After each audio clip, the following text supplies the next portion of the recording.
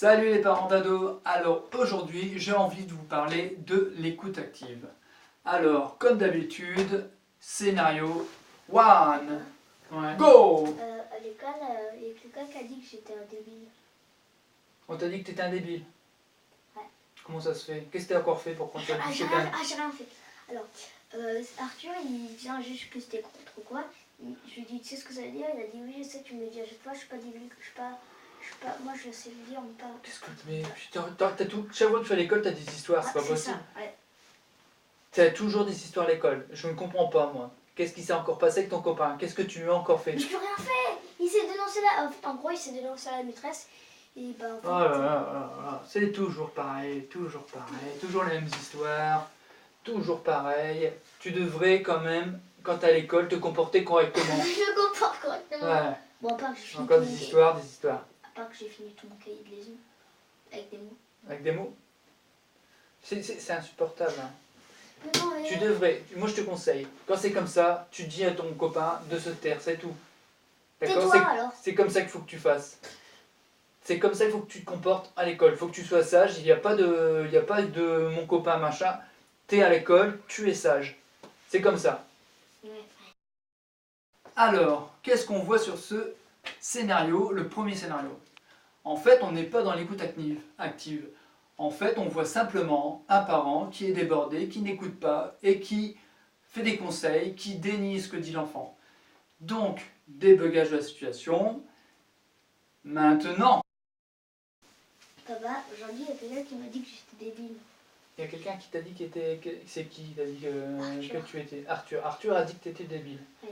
Tu t'es senti comment quand t'as... J'étais triste et en fait j'ai directement parti à la maîtresse et la maîtresse, je n'ai pas vu la maîtresse et il a dénoncé et je me suis fait gronder parce qu'en fait il a menti. Mais qu'est-ce que tu voulais quoi alors du coup? En fait il disait ainsi, il fait un signe, je lui disais ça veut dire, il dit ouais je sais je suis pas débile comme toi un petit peu. D'accord. Du coup t'as été triste? Ouais. Ouais. Et qu'est-ce que tu voulais quoi? Je voulais qu'il soit grondé mais il s'est pas fait gronder. Qu'il soit fécondé? Ouais. Ah ouais d'accord.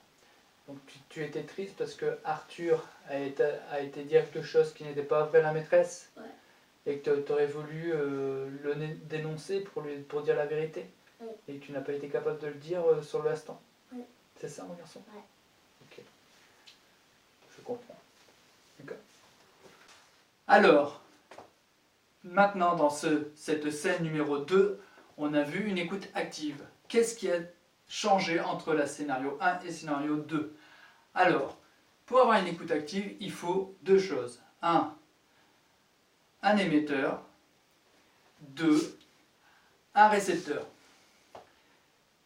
Que ce soit l'émetteur ou le récepteur, il faut être concentré. Donc, on va faire un focus sur le récepteur. Donc, on parle d'écoute active.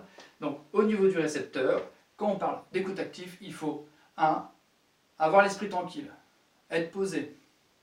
2, faire le vide. On est concentré, on écoute l'émetteur. On écoute l'émetteur.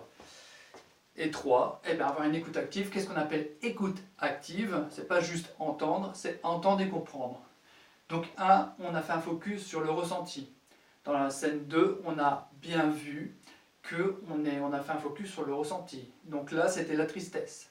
Deuxièmement, l'effet. Donc on a vu que, ici mon fils me expliquait que son copain l'avait insulté et était parti voir sa maîtresse pour lui dire que c'était lui qui avait commencé.